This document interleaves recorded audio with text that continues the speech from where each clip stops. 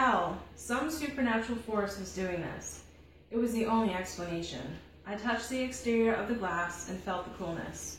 The longer I rested my palm on the surface, the colder the glass grew.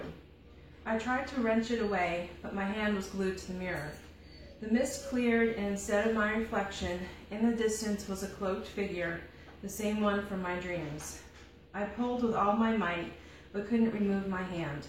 I even tried yanking with my free hand, but that didn't work either. My fingers grew numb. The onset of panic was starting to take over. My heart throbbed in my chest, and it became increasingly difficult to breathe. The vapor wove together and solidified into an archway. A hooded figure drifted closer. Shit, this isn't a dream. This is really happening. I tugged on my hand again, but it still wouldn't give. The bitter hand of dread walked up my spine the closer he got to me. I bit my lip, tasting the copper of blood slide down my throat. I had to calm down. In my dreams, I knew he would never hurt me, but this wasn't a dream, and I had no assurances of what he would do in this reality. What was he doing here? What do you want? He was close enough I could make out the folds in his cloak, see the tears in the fabric of his hood. It seemed someone had raked claws through the black cloth and left it to hang in tatters around his form, but even that I couldn't see.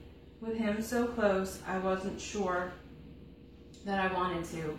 His hand appeared out from underneath his robe. Time slowed when he approached, and the fog in the mirror thickened. I tugged at my hand again, but it didn't come.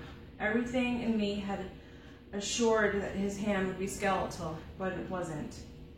His fingers were flesh, thick, and his nails sharpened in the claws. Maybe he had torn his robe. His hands reminded me of someone who had been a skilled laborer. Maybe they were calloused from collecting souls. Then again, that was what I always presumed, because he looked like the archetype of a grim reaper or an angel of death. The biting cold from the mirror raided up my arm and stabbed my heart. It seemed all the blood had ceased pumping in my body. I tried to catch my breath, but even that was problematic. Horror had me in its grips. The terror of the moment was eating me alive. He would never hurt me. He never had in the dreams. I had to believe my ghostly visitor wouldn't intentionally do me harm, unlike the other beings who had gathered around me.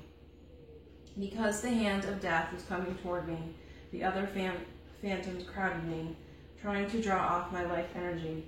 It felt like pins and needles pressed against my skin. Maybe they assumed I was going to join them. I tried to shake it off, but the longer they pulled on my aura, the harder it was for me to concentrate.